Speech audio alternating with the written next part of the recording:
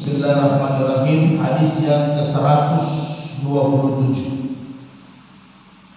An Abdullah bin Umar radhiyallahu anhu anna Nabiy sallallahu alaihi wasallam qala waqtu zuhri idza zalat asy-syamsu wa kana zillu ar-rajul katuwilihi ma lam yahdur waqtul ashr wa waqtul ashr ma lam tasfarra syamsu wa waqtul salatil maghrib ma lam yajibu safaq wa waqtul salatil isya'i ila nisfil lailil awsati wa waqtus salatis subhi min tulu'il fajri ma lam tatlu'is syams rawahu Muslim. Walau fi hadis Buraidah fil ashr wasamsu bayda'u nakiyatun wa fi hadis Abi Musa wasamsu murtafi'atun. Jadi Ibnu Umar mengatakan bahwa Rasulullah SAW mengajarkan bersabda tentang waktu-waktu salat. Kata Rasulullah, waktu salat zuhur itu apabila matahari sudah tergelincir, matahari sudah condong ke barat. Disitulah waktunya azan zuhur, waktu zuhur.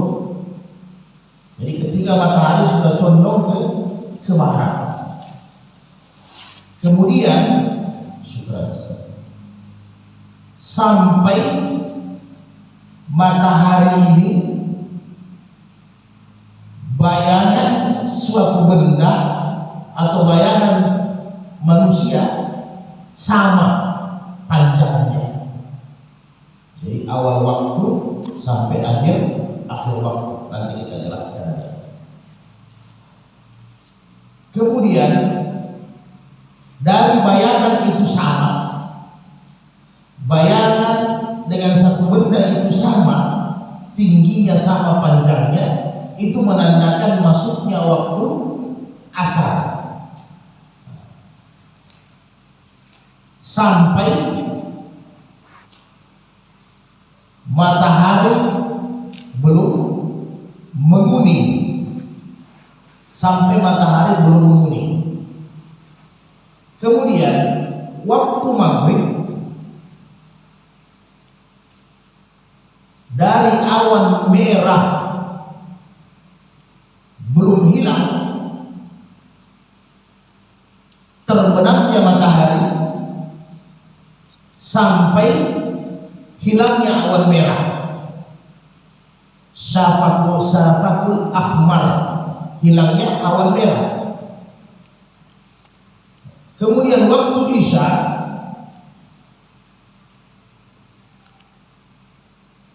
setelah hilangnya awan merah sampai nisful lail awsat, sampai pertengahan malam,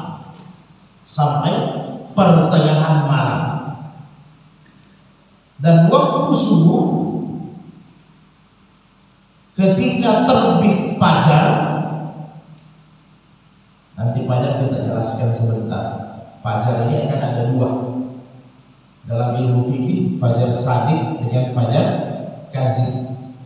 Sampai terbit fajar malam tatlu'is syams, sebelum akhirnya terbenam matahari. Di hadis Buraidah, waktu asar itu matahari masih putih bersih, atau matahari itu masih tinggi, masih kelihatan. Itu waktu asar, bisa juga. Kemudian kalau kita mau lihat di Al-Quran, nanti kita bisa buka di surat Al-Isra ayat 78. Aqimis salata liduluki syams ila ghasaqil lail wa Qur'anal fajr innal fajra kana mashuda. Jadi kata Allah, dirikan salat liduluki syams, ketika matahari kelihatan. Demikian juga dirikan salat sampai waktu malam, sampai waktu malam. Demikian juga wa Qur'anal fajr, salatlah di waktu subuh, fajar, karena di waktu subuh itu malaikat lebih banyak menyaksikan sembahyangnya orang-orang beriman. Jadi hadis dengan ayat ini saling menguatkan tentang waktu salat. Dalam ayat Al-Isra ini, salat terbagi 3 waktu dengan 5 waktu sembahyang. 3 waktu dengan 5 waktu sembahyang. Yang pertama ada namanya waktu duluk, kemudian waktu gasak, kemudian waktu fajar. Di 3 waktu ini mewakili 5 kali sembahyang. Yang mana itu dulu waktu matahari, sembahyang zuhur dengan sembahyang asar. Ini namanya waktu dulu kalau dalam ilmu fikih. Ada matahari, 2 sembahyang ini ada matahari. Mana namanya waktu gasak? Waktu gasak yaitu waktu ilal lail, sampai malam. 2 waktu yaitu maghrib dengan isya. Kemudian waktu fajar yaitu untuk salat subuh, dia berdiri sendiri. Kenapa salat subuh berdiri sendiri? Karena sebelum subuh tidak ada salat yang akhir.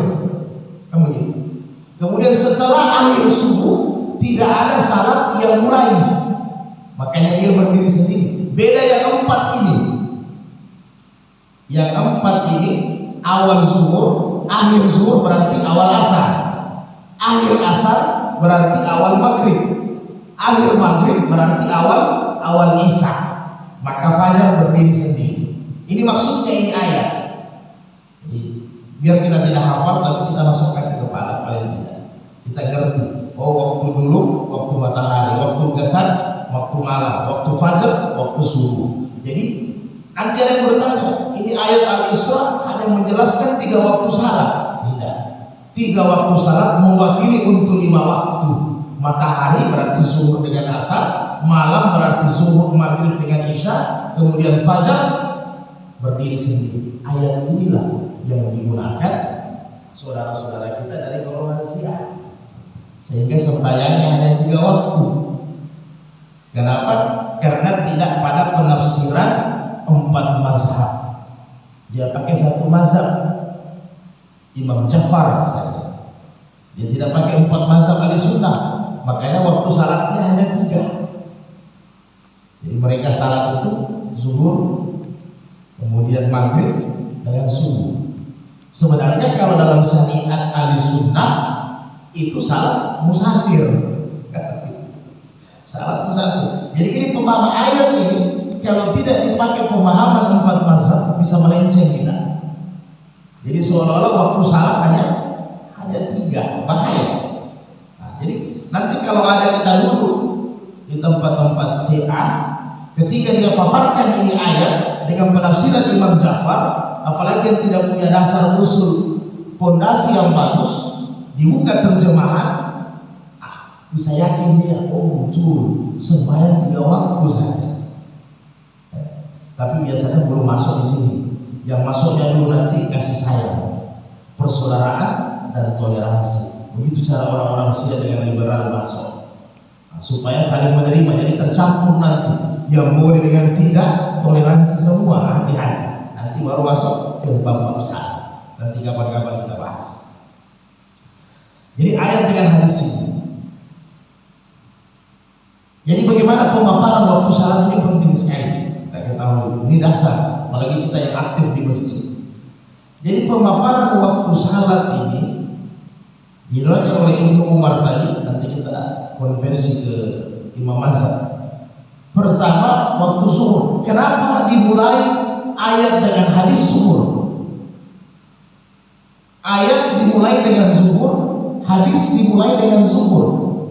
Karena biasa kita kenal sembahyang itu subuh, zuhur, asar, maghrib, isya. Karena salat yang pertama kali yang dilaksanakan oleh Rasulullah adalah salat zuhur 5 waktu. Ini muhtamar 4 imam mazhab jumhur.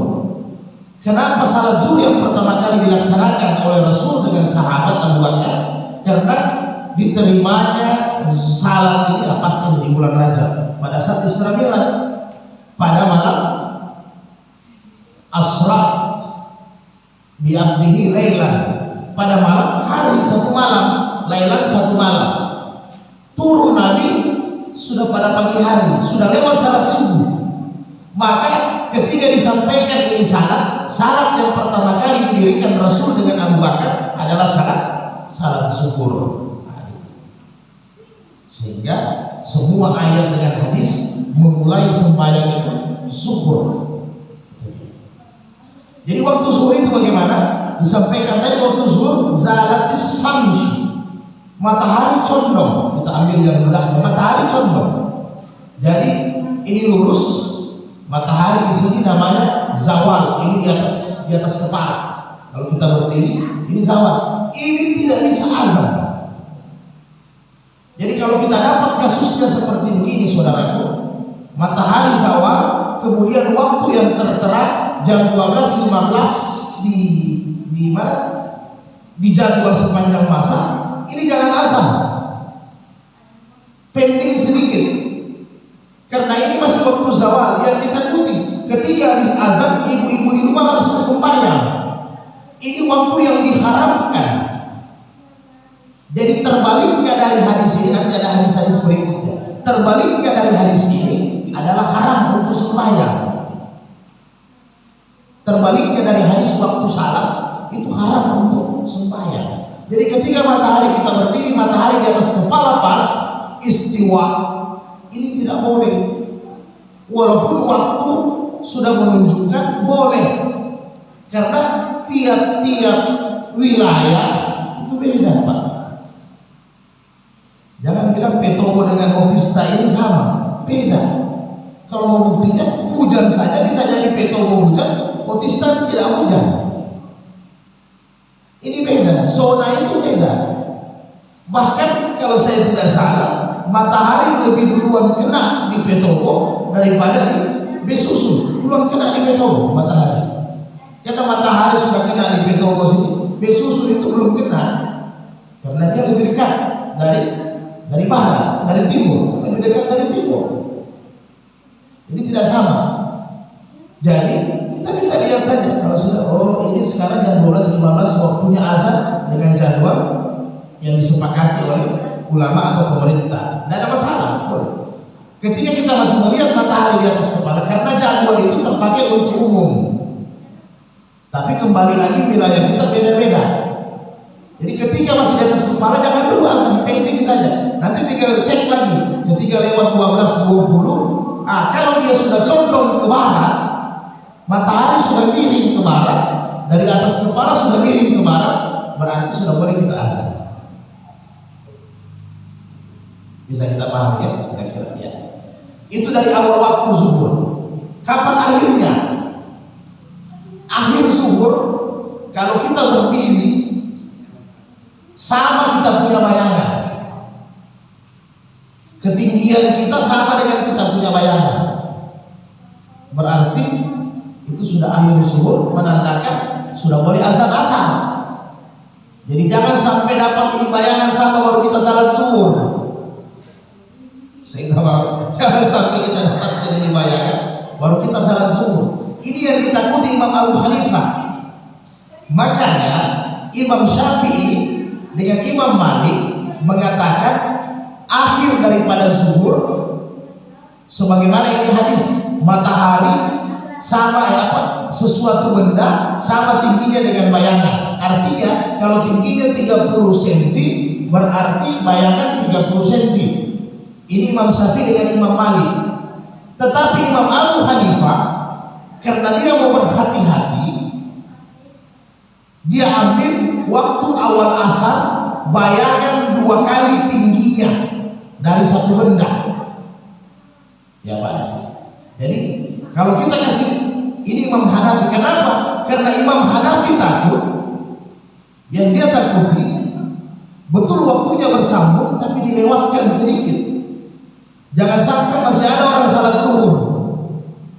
Sehingga kalau Imam Hanafi 2 kali bayangan, jadi kalau kita kasih berdiri botol ini tingginya 20 cm, berarti harus bayangan matahari 42 kali kalau Imam Abu Hanifah.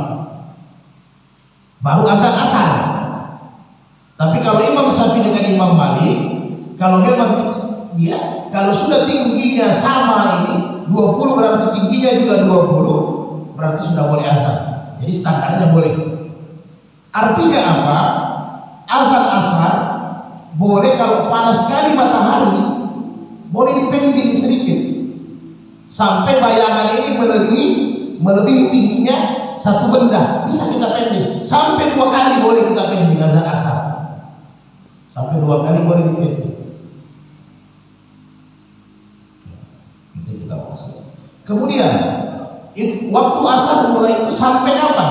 Waktu asar ini sampai matahari belum terbenam.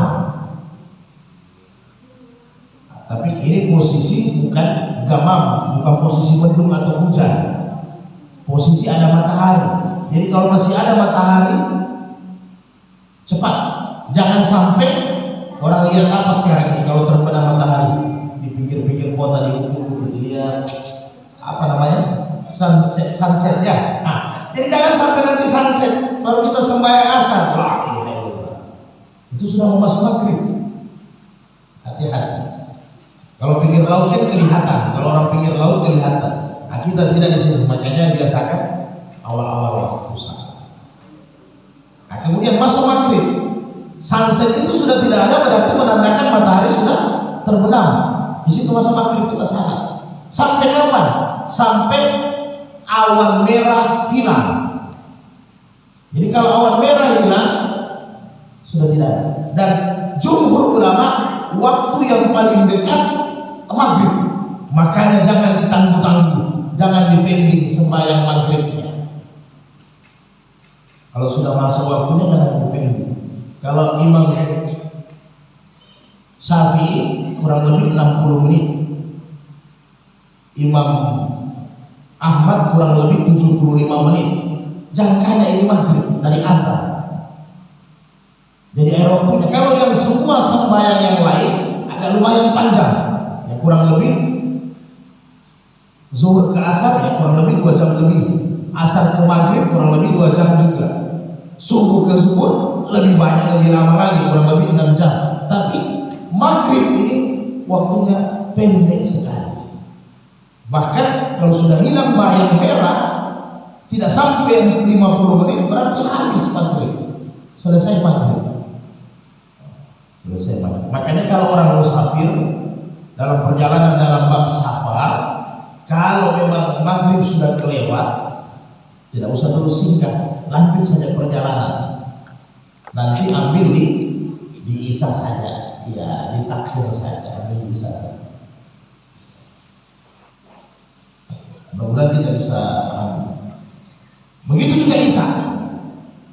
Di mana waktu isya itu hilang bayang merah. Jadi kalau di mazhab Syafi'i kalau tidak hujan, bintang sudah kelihatan, berarti masuk waktu isya. Sampai kapan? Waktu isya ini sampai kapan? Nah, ini ada perbedaan ulama mazhab dari hadis ini. Waktu isya itu Imam Syafi'i dengan Imam Hanafi sampai 1/3 malam pertama. Itu waktu isya. Kira-kira jam berapa? Kira-kira jam 10 sampai jam 11. Jam 10 sampai jam 11. Jadi yang bermazhab Syafi'i kita di Indonesia jangan sampai salat isya lewat jam 10, jam 11. Nah, Imam Hanafi Imam Malik itu lebih ringankan lagi, sampai 1/2 malam, berarti kurang lebih jam 12 sampai jam 1. Itu Imam Malik. Jadi masih ada tolerannya dari jam 12 sampai jam 1. Jadi 4 mazhab, ini saja pendapat 4 mazhab. Jadi jangan sampai kita kecolongan ini Isa. Walaupun nanti ada hadis-hadis bahwa yang terbaik adalah yang dipakai oleh Imam Syafi'i, yaitu jam 10 sampai jam 11. Ini waktu terbaik kata Nabi. Andai kata tidak memberatkan umat, kalau nanti ada hadis-hadis. Jadi paling tidak Imam Malik sampai jam 12. Di 4 mazhab ini tidak lewat dari ini. Ada lewat jam 12, sepertiga terakhir, yaitu jam 3 sampai terbit fajar. Sebelum terbit fajar, yaitu pendapat Abu Daud Az-Zahiri. Itu bukan di 4 mazhab, kita tidak bahas. Kita tidak bahas. Itu pendapat Abu Daud Az-Zahiri. Jadi jangan kita bahas. Karena hampir tidak terpakai lah kita di Indonesia ini. Makanya kalau ada kasus-kasus yang heboh, kita tidak ceritain ini. Ini makanya jangan sembarangan. Ada kasus-kasus umpamanya perkawinan. Ya. Dia beralasan bahwa mengawini seseorang itu sudah dia kawini tanpa wali. Menurut imam ini umpamanya. Jadi di luar 4 mazhab jangan dibahas. Karena 4 mazhab urusan perkawinan, masalah wali yang paling ringan itu sudah Imam Abu Hanifah. Kalau Imam Syafi'i tidak sah nikah tanpa wali.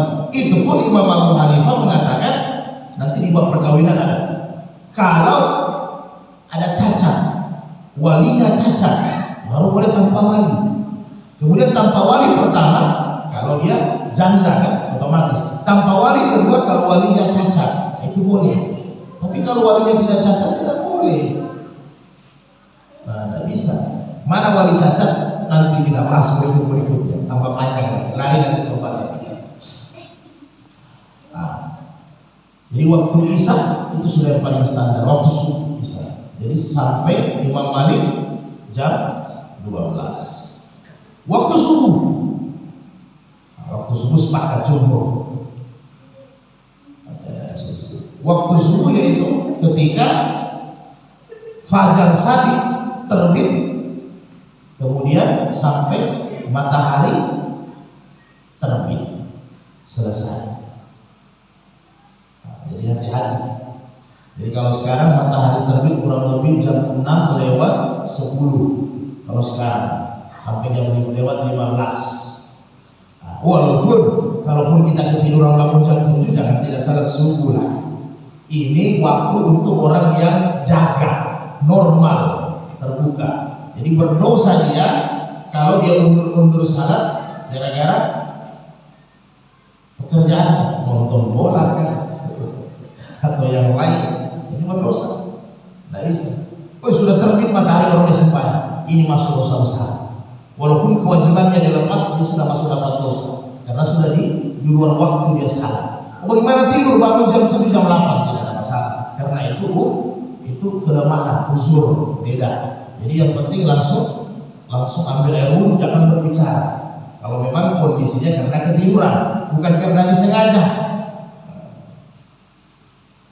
Jadi jangan nanti karena waktu subuh ini, saya tidak mau nanti kita batasi waktu subuh sampai terbit matahari. Tiba-tiba kita semua terbangun jam 7 karena ketiduran tidak sembahyang.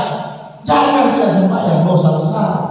Kalau ketiduran ada 4 yang diangkat catatan, dimudahkan. Salah satunya adalah orang yang tidur ketika baru bangun, orang yang sadar pingsan ketika dia sadar. Itu semua ada kemudahan. Jadi kalau pas bangun karena tidak disengaja langsung sembahyang. Hatta bangun jam 12, ya logikanya tidak bangun salat subuh. Karena memang ketiduran, tidak sadar atau pingsan. Bangun jam 10, jangan tidak sembahyang, Pak. Kalau tidak sembahyang lebih berarti sudah mendustakan agama, lebih berat lagi dosanya. Jadi ini waktu ini untuk orang yang sadar, untuk orang yang terjaga.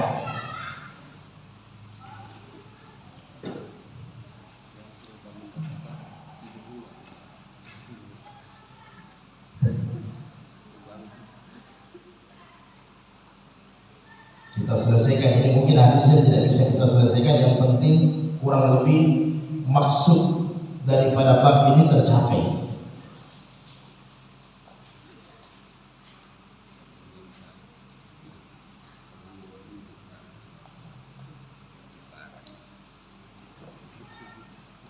Man Abu Hurairah, man adraka min subhi raka'atan qabla an tatlu syams faqad adraka subhi, wa man adraka raka'atan